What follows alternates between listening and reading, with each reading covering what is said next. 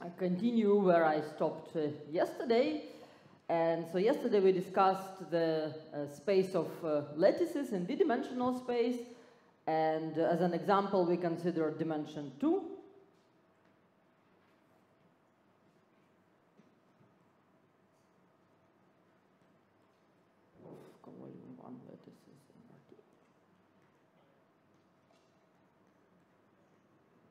And we consider the example d equals 2.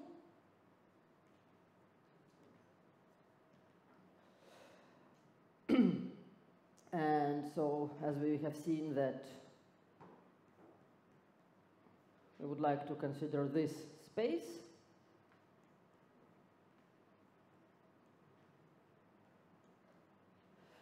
And we could see that geometrically this space looks like this. It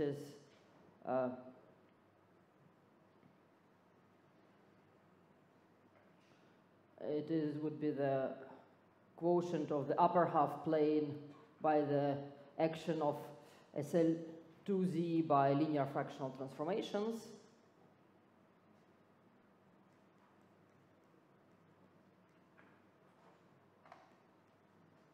And so one way to choose, or the standard way to choose a fundamental domain, it is this keyhole domain on the upper half plane.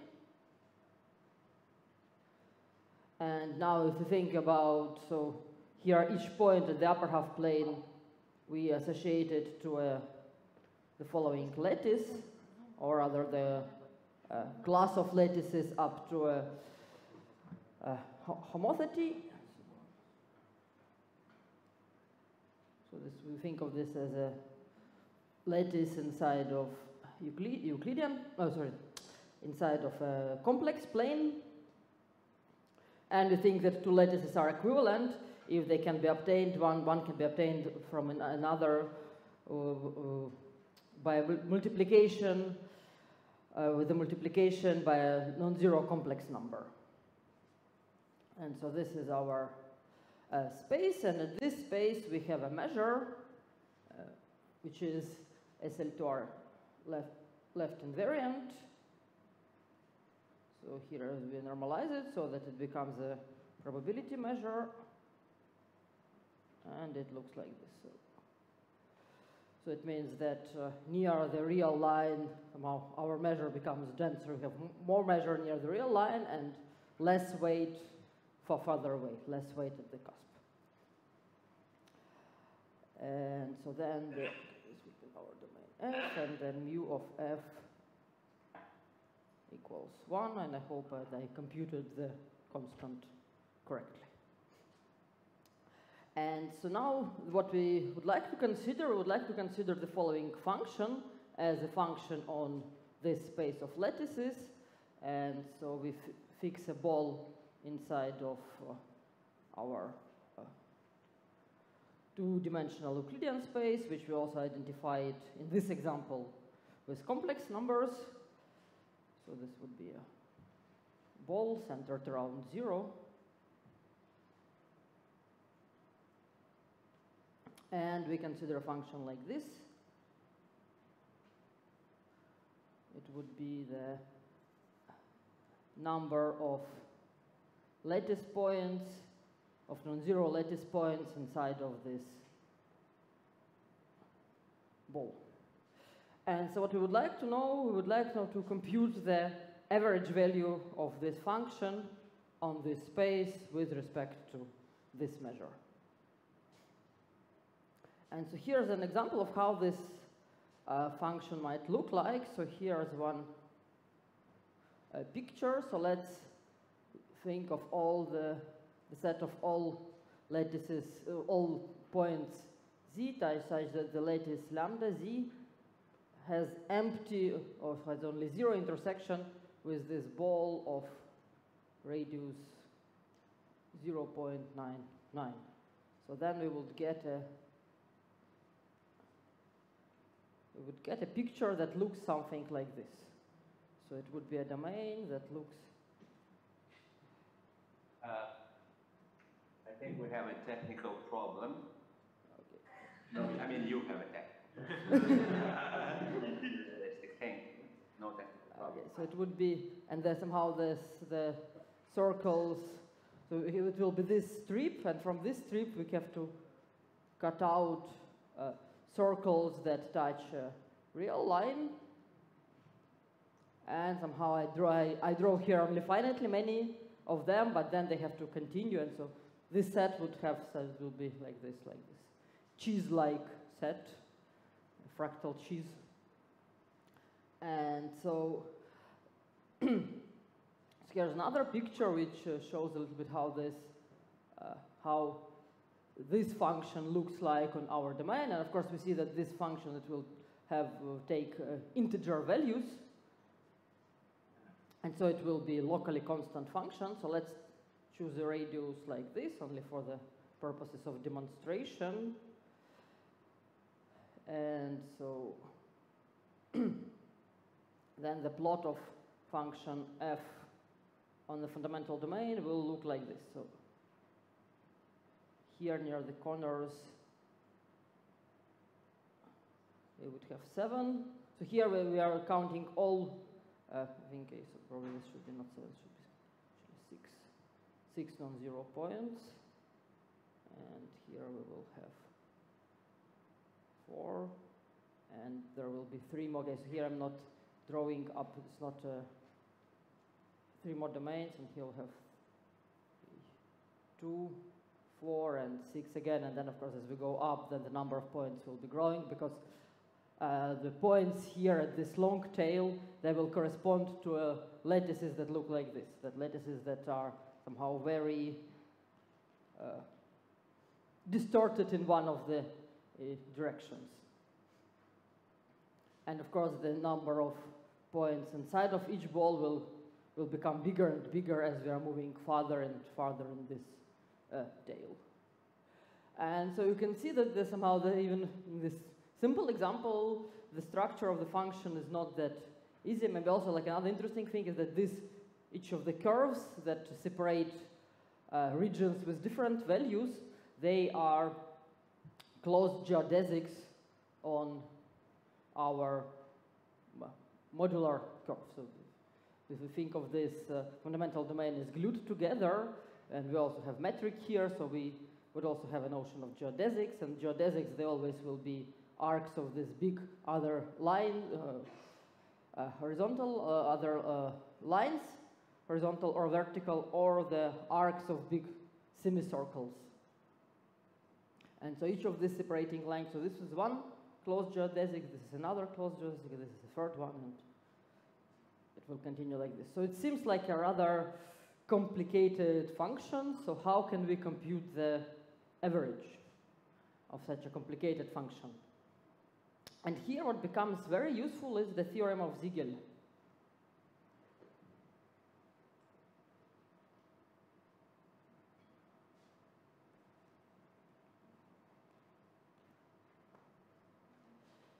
And so Siegel has proved the following statement, that let f be a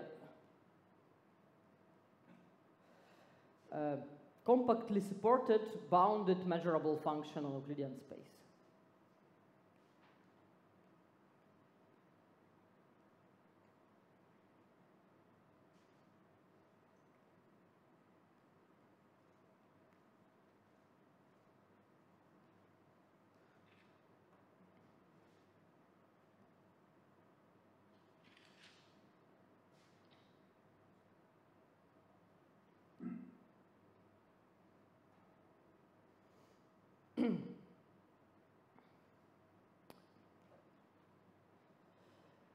And in this case, if you want to compute the average value of this summation of function f over a lattice,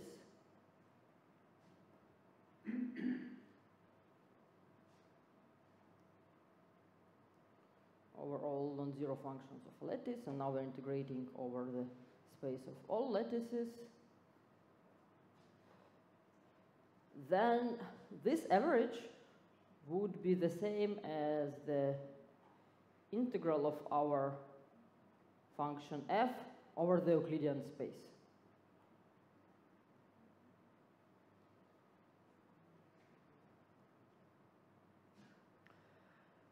And so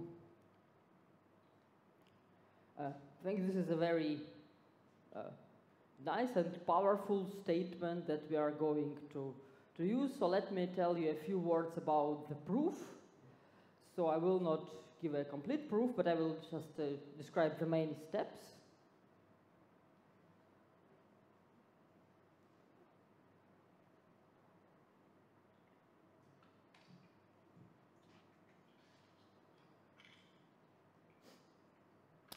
And so the first step is that we would see that let's consider this integral here as a linear functional on the space of our functions f.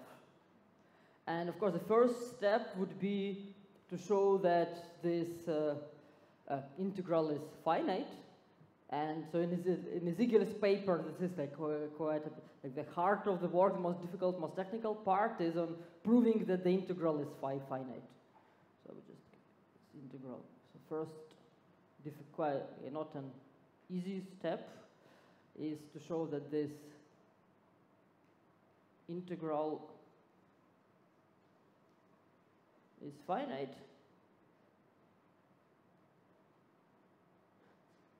And then also if you can prove that it's finite, we can also show that it is continuous in some reasonable sense. And then another actual thing, which is now very easy, is to show that this, so let's denote this by lambda of f, is to show that this linear functional, it is invariant under pullbacks of f with elements of SLDR. So if we computing this function for f composed with g, it would be the same as lambda of f, and here g it's an element of SLDR, and of course we think of it as a function. SLDZ, yes, SLDR, and we think of it as a map from d-dimensional Euclidean space to the d-dimensional Euclidean space. And so this part is actually easy. It just follows from our definition of this space as a quotient of SLDR by SLDZ and the invariance of the measure, the left invariance of the measure. So this part is for free. And so then we have this linear functional on functions, which is invariant under the action of this group. And there are actually not many linear functionals like this, and with a bit more very little work to understand correct normalization, we will see that this is actually the only linear functional that satisfies those properties.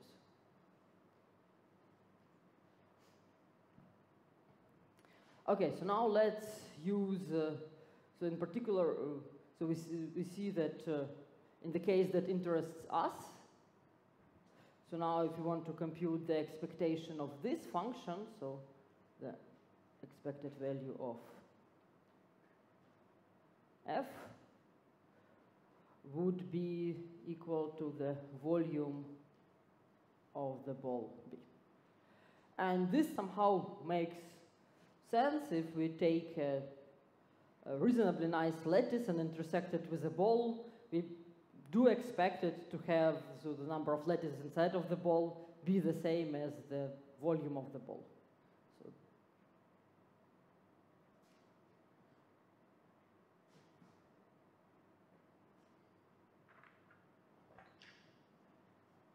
So And so now we are in a good shape to prove the theorem of Minkowski.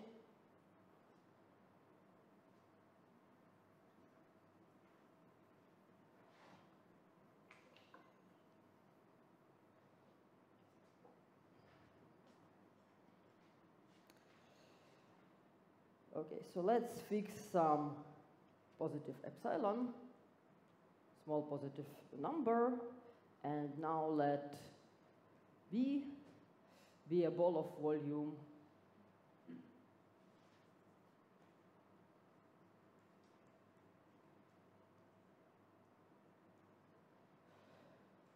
2 minus epsilon.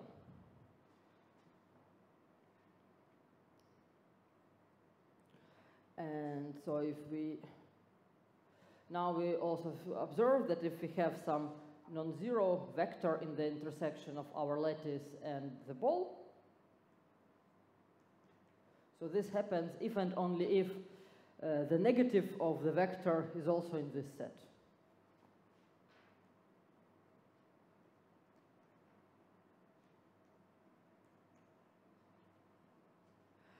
And so from here we deduce that the cardinality of the intersection will always be an integer, a non-negative even integer. And so on the other hand, we already know that the expected value of the number of points in the intersection is 2 minus epsilon. And so here we deduce that there exists a lattice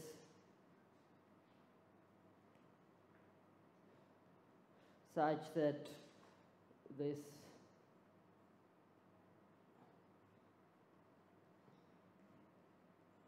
number is smaller than 2 minus epsilon, smaller or equal to minus epsilon. And if it's smaller or equal than 2 minus epsilon, then it has to be 0.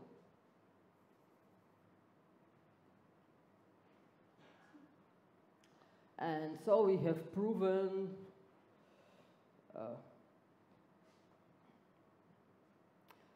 that there exists lattice lambda, which gives us a good density, at least 2 times 2 to the minus d. And so therefore we see that the density of the lattice packing of associated to lambda. So now we are packing balls of radius twice smaller than the radius of B. So here our packing would be the, maybe it was yesterday, so I will remind that now we consider this packing, which would be union of this. Okay, I'll write 1/2 of the ball as a, I denote by this a ball which is twice smaller.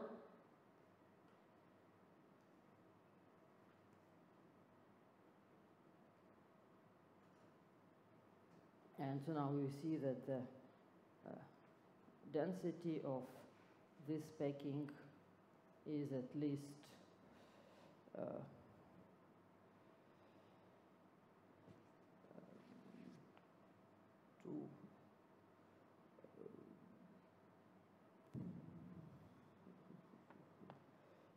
minus epsilon times 2 minus d. And this finishes the proof of our theorem. And so, and so this was somehow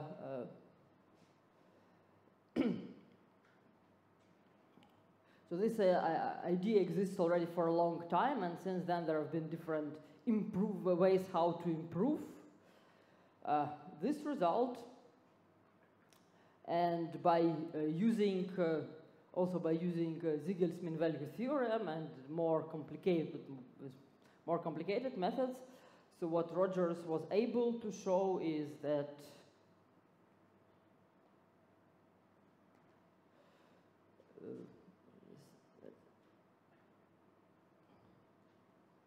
there exists a lattice with packing density at least some constant, which was an absolute constant, times d times 2 to the minus d.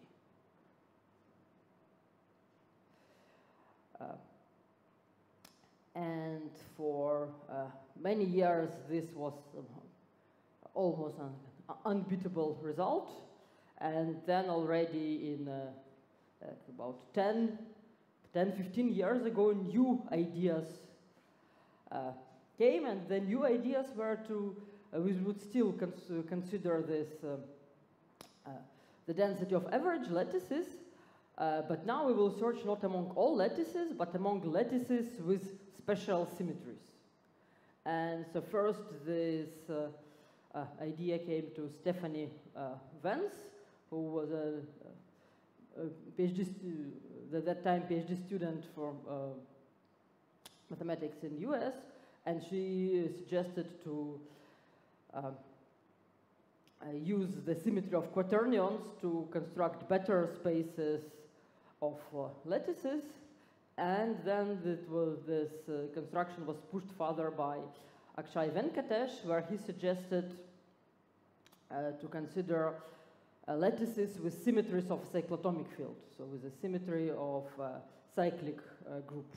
And so what I would like to talk about now is to talk about the construction of Venkatesh.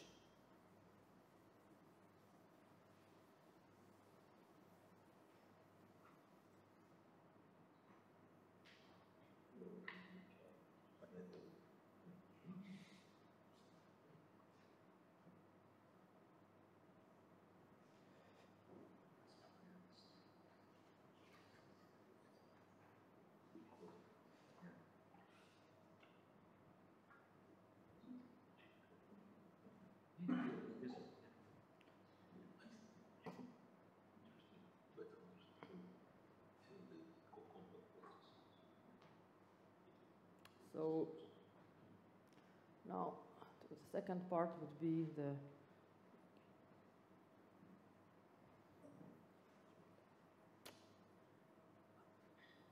let's talk about random lattices with symmetries.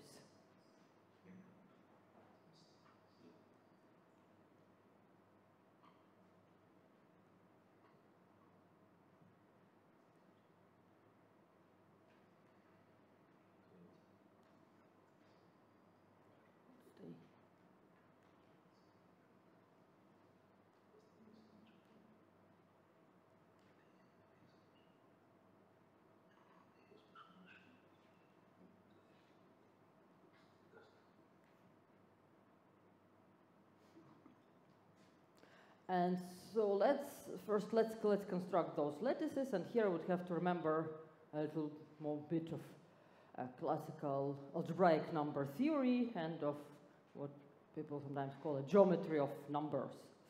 So let K be a cyclotomic field, so rationals together the roots of unity.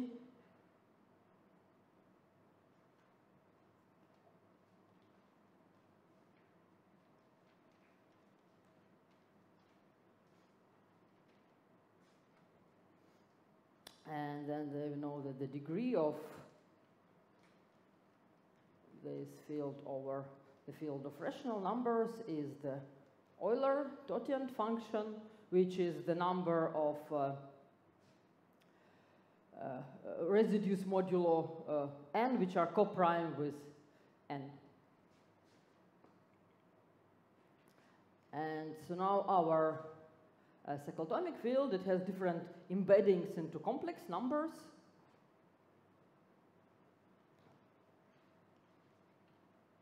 And this is a field which has only complex embeddings, it has no real embeddings.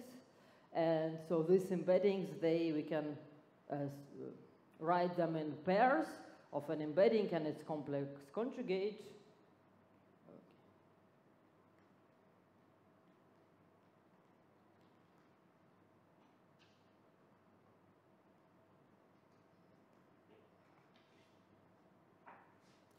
And so now let's consider the following,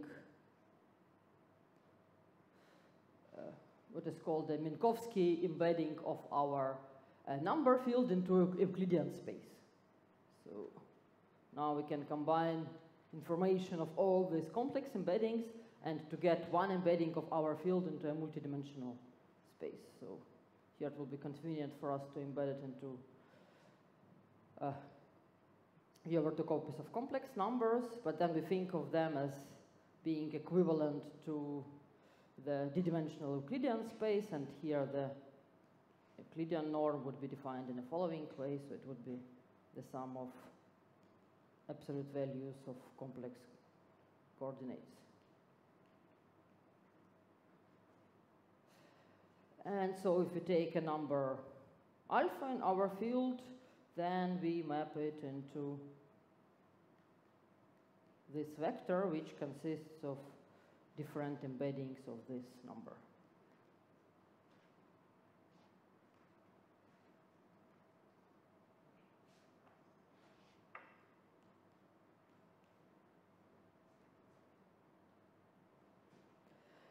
And so now we also have if we want to construct lattices in this way, so then we can consider a ring of integers of this number field, and then embedding of apply this embedding to the ring of integers, and we will obtain a lattice. Or we can consider ideals of this lattice or fractional ideals. And so, but for us, let's just do the easiest thing. So let OK would be the ring of integers.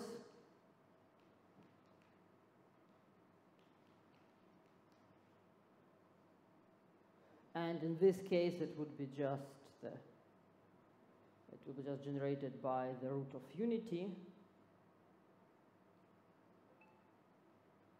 So,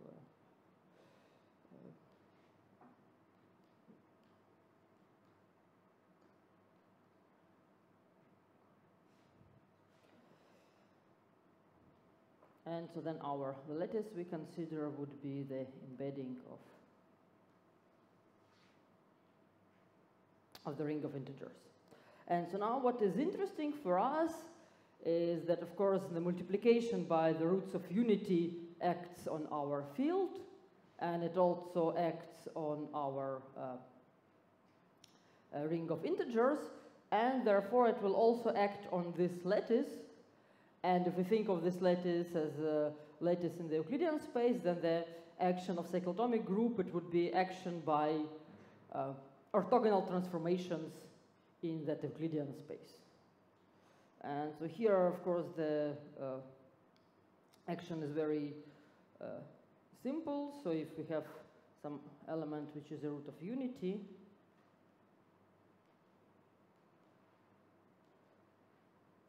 then the action is just by multiplication.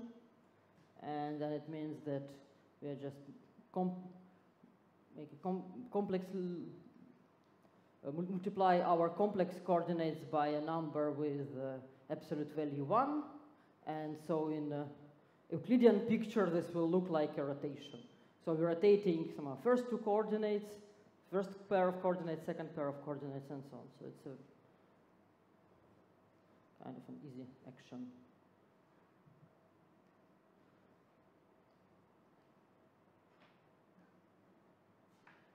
Also have an action by any unit that's not the root of unity necessarily?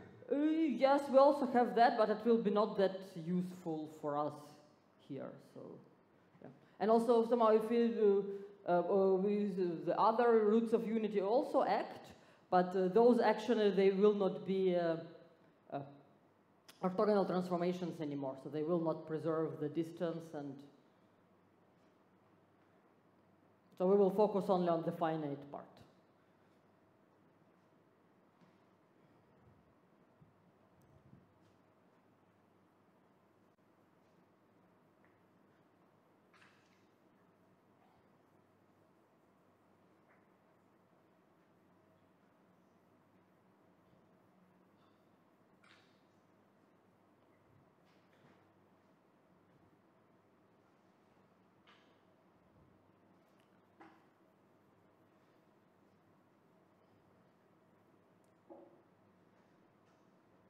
Okay, so now, so we have constructed this lattice. It has symmetries, and so also one nice thing about this lattice. So remember, in our previous proof, we used this fact that every ball if intersects our lattice at the even number of non-zero points, and we use it to our advantage and got this extra factor of 2. But now if we have this lattice, then if you consider any ball, then the number of non-zero points will be always divisible by n. So this is what we are going to use in the future, but now there is one problem, that we have only one lattice like this and not a probability space. And so what we need to do, we have to construct a probability space, and also an analog of Ziegel's theorem should be true in that space. So here we have a space, one lattice, but we don't have Ziegel's theorem, so we don't have a nice way to compute, for example, the number of intersections. If you want to intersect lambda with ball, we don't, so it will be some number theoretic information about the field, but we don't have easy access to it, and it's something not as simple as just a volume of a ball. So this is where we would have to work a little bit. So, and here the idea is the following. So now let's take several copies of this Euclidean space, and we will embed a product of several copies of this lattice into that space, and we will make, so the action of the group on the space would be the diagonal action, and we will arrange our embeddings in such a way that they commute with this diagonal action.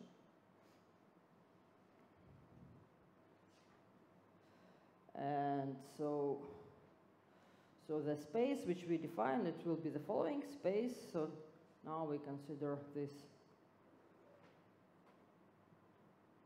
space. So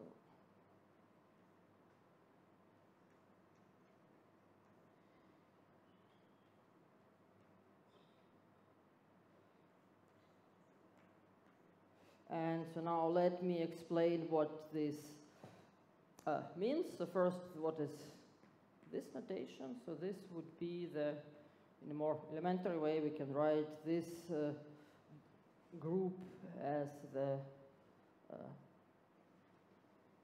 product. So here now what we do, we are taking actually two copies. I will write everything for 2 copies, because now with smaller number of copies we get the best result, and the minimal number of copies we can take is 2. So we would take D over 2 copies of SL2 over complex numbers. And so now we actually, SL2, okay, it would be a discrete subgroup of this group. And so how it works, we would take any matrix where which has determinant 1 and its entries are elements of okay, and so we will map it, just consider different complex embeddings of this matrix.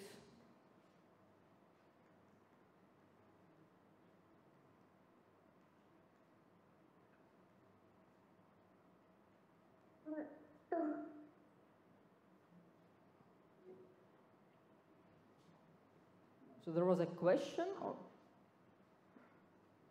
Outer space.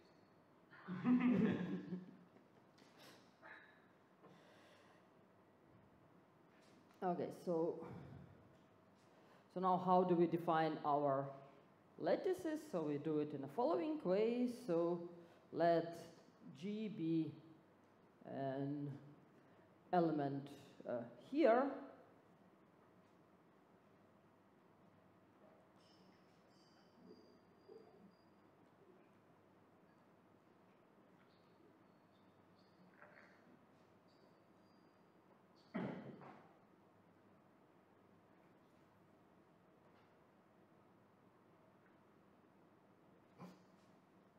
And so then we will consider a lattice like this. So this would be, we'll take this element G and apply it to 2 copies of our lattice lambda. So here I will not write this embedding here to simplify my notation a little bit. And so how the vectors of this lattice will look like. So we applying G1 to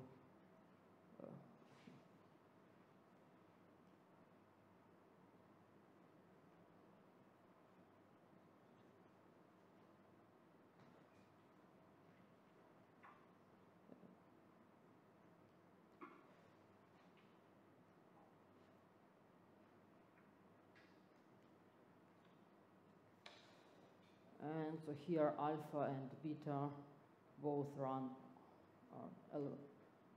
over the ring of integers.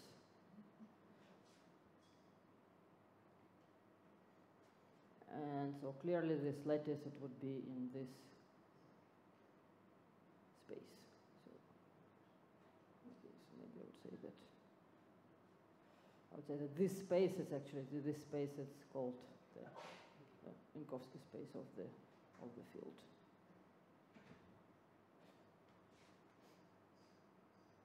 And so now we see that the group of roots of unity, it acts on this lattice diagonally.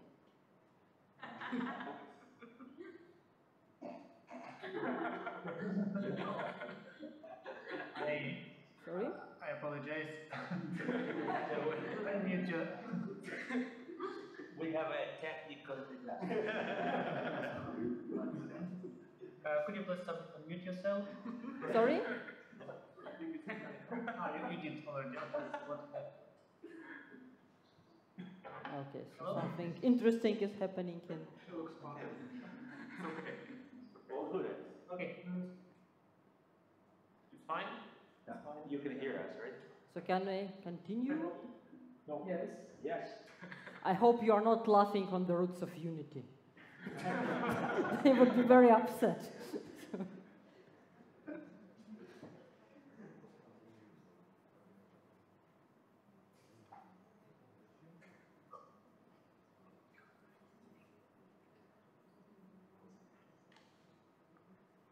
Okay, and so now we are almost done.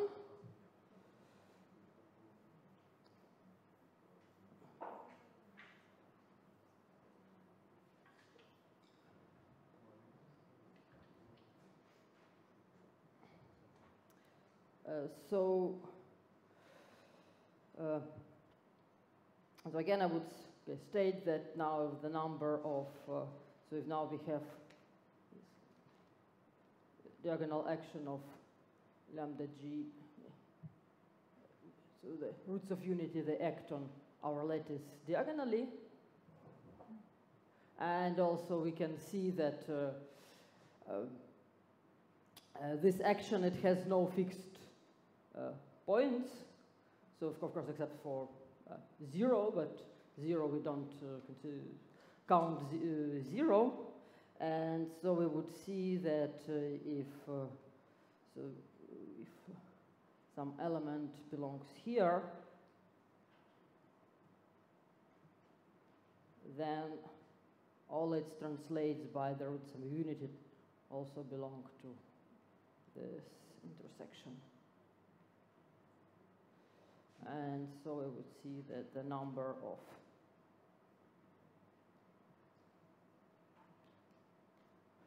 points in such an intersection, it's always divisible by n.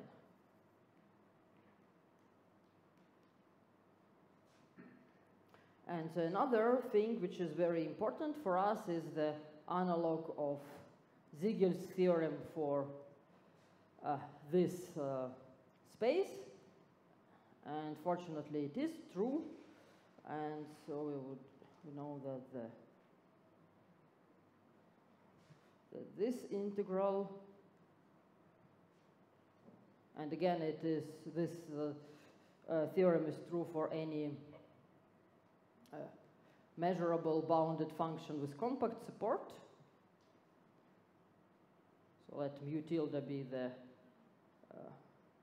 corresponding be the Haar measure on this space, normalized such that it is a probability measure, then this would be true. Okay.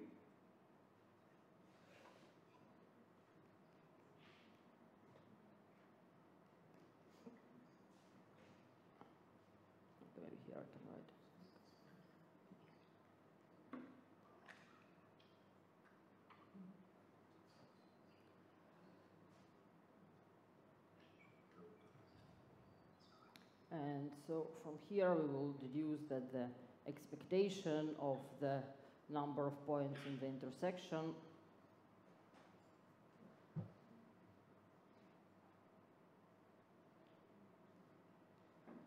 is the volume, the 2D dimensional volume of the ball. B.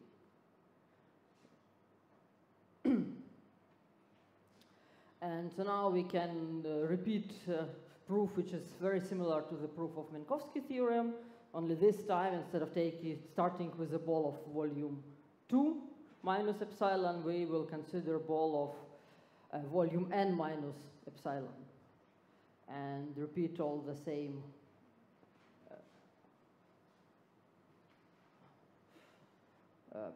proof. And so what we would see that we actually prove the following theorem of Venkatesh is that a sphere packing, the lattice sphere packing constant in dimension 2 times Euler-Stotian function of n is at least n times 2 to the minus 2, 5n. And so now we will see that in some, okay, so now we got a theorem which works very nicely in some dimensions and not so nicely in others. And that's because of the nature of this Euler-Stotian function, because if we take our number n to be prime, then it's the Euler-Stotian function would be just n minus 1, and so it is not such a big improvement comparing to what we had before. On the other hand,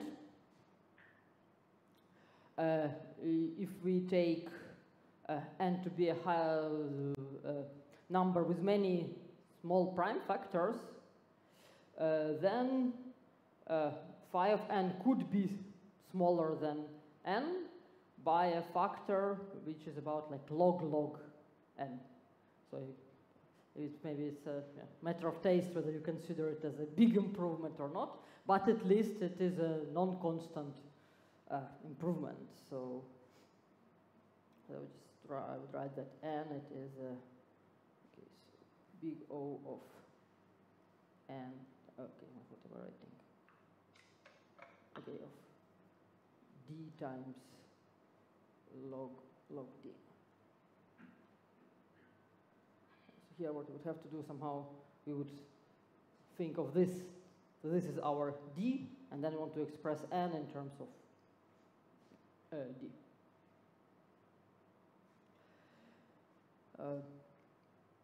And maybe one thing I wanted to say that one can also use this approach in theory with other types of symmetries. And so this is recently my PhD student Nihar Gargava wrote a thesis about this. So he could generalize this method to finite subgroups of division algebras over rational numbers. So this gives much more examples. For example, this is like the sequence of numbers where this works well is some sparse sequence. And with division algebras, it could also work in other dimensions. At the same time, it seems that at least the finite subgroups of division algebras, they don't give results which are better than this one. So they are, at the best case, as good, but probably even slightly worse. So maybe, yeah, at the same time, for me, like this does not look like a correct answer to the sphere packing problem in a very big dimensions. So I imagine there should be some improvements here because log d does not look like a right answer.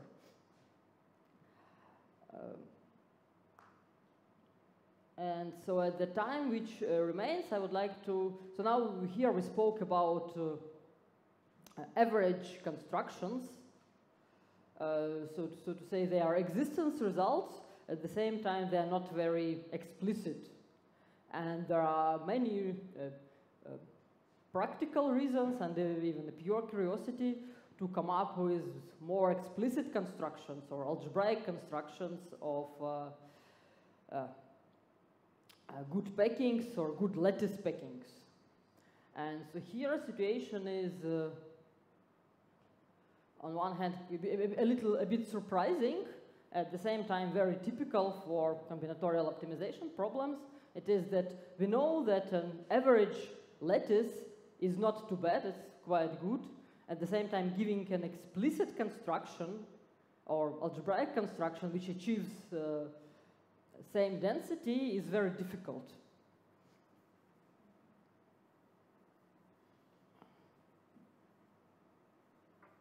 And so sometimes in mathematics this phenomena has a name, so finding hay in a stack of hay. So that we know that average objects are good, but then we cannot really show any of them. We cannot present any of them directly.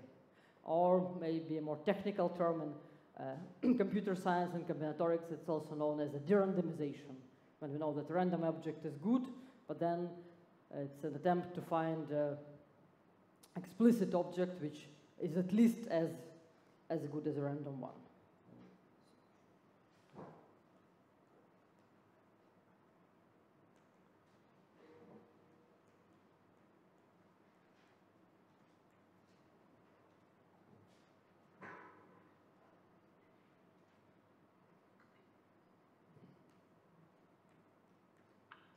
And so now, as we speak of algebraic constructions, maybe one, okay, so let's start it easy. Let's just consider z to the power d, the d-dimensional cubic lattice.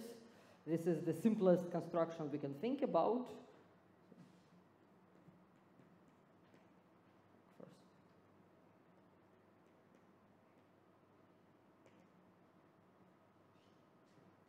And so here we know that the packing density of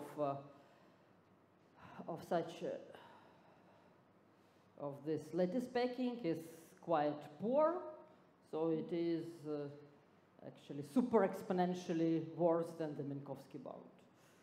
So it would be something like this.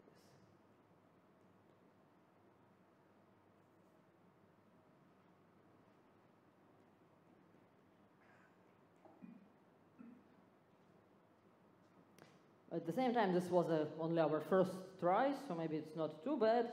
And actually the same happens for other, say, easy families of lattices we can think about. So same is for example, this AD lattices. So we have seen that A1, A2, A3, they are quite good. But then if we continue using them in higher and higher dimensions, we are still getting bad results. So it's the same as this and the same as also, we also know that like D3, D4 are good packings, and at the same time, in general, DD is as bad as just a cubic lattice. And so now there are different, more interesting and more algebraically exciting constructions of dense lattices. So maybe one of my favorite examples are Mordell-Weil lattices, because they are constructed from a Mordell-Weil group of an elliptic curve over a functional field, and so this is the elements of Mordell-Weil group are used as so for points of elliptic curve, they generate the lattice, and then on this lattice we also need we need a quadratic form, and quadratic form is obtained by neuron height pairing. So these are algebraically interesting constructions. And here one interesting thing that happen is that in dimensions which are somehow not small but also not too big, this construction is doing quite well. For example, with this construction, one can recover E8 lattice and Leach lattice and construct their records in lattices maybe up to 1,000 or dimensions up to 1,000 or 2,000. So they produce some very interesting examples. However, asymptotically, they are still super exponentially bad.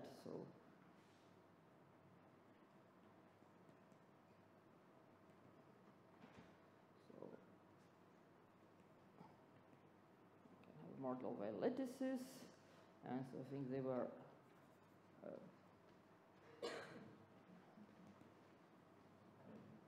studied a lot by Shioda and Namelkis.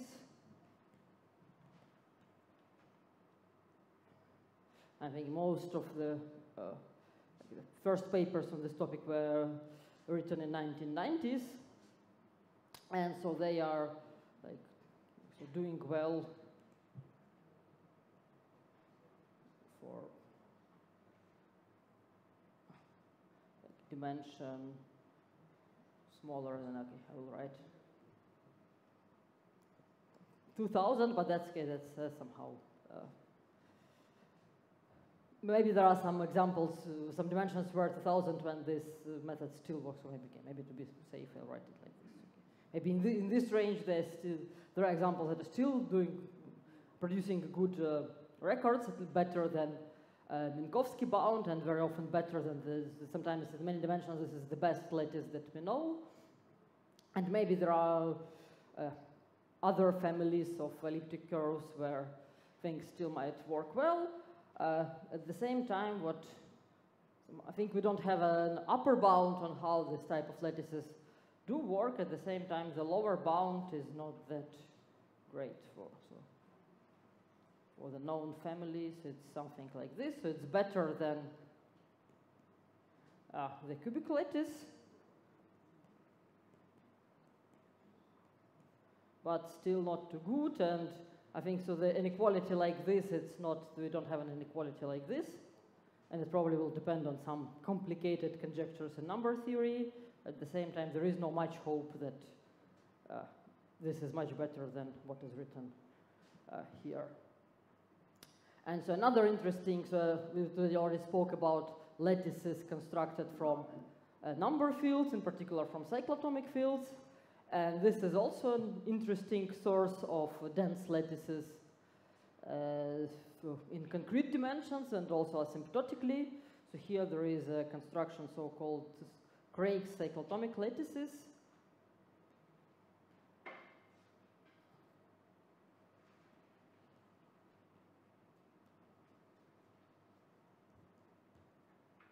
So these are lattices constructed from carefully selected ideals in a cyclotomic field, and they are doing a bit better.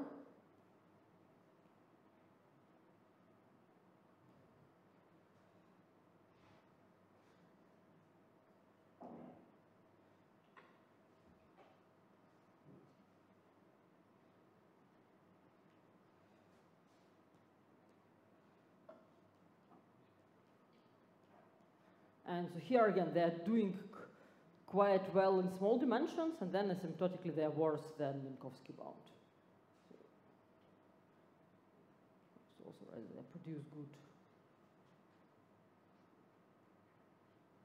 finite examples.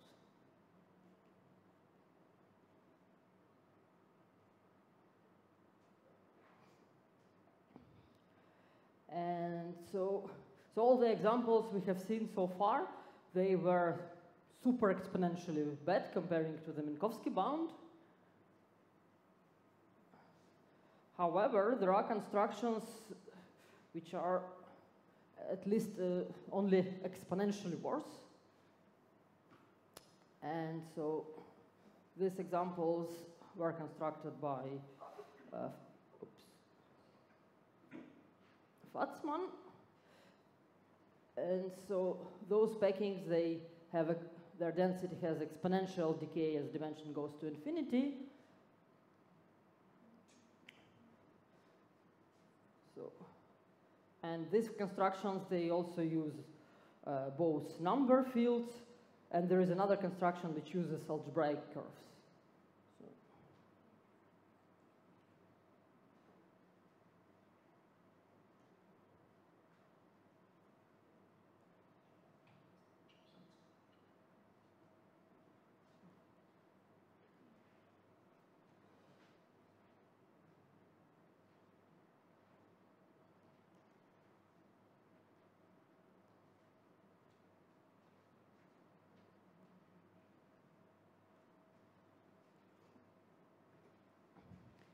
And so here the situation is like this.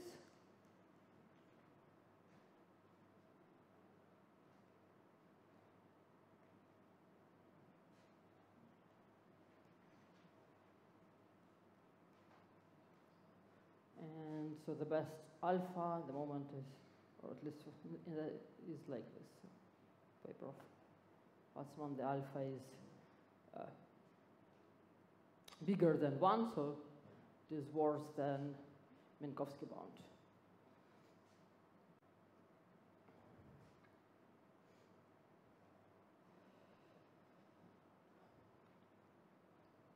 And so at the same time, we do know that from the upper bounds on the sphere packing density, we know that packing densities, they have to, asymptotically, they have to decay at least exponentially. And so constructions that are achieve any exponential decay are considered as good constructions of lattice, or good families of lattices. And so I guess that's all I wanted to tell you for today. And at our last lecture tomorrow, I will finally speak about the upper bounds.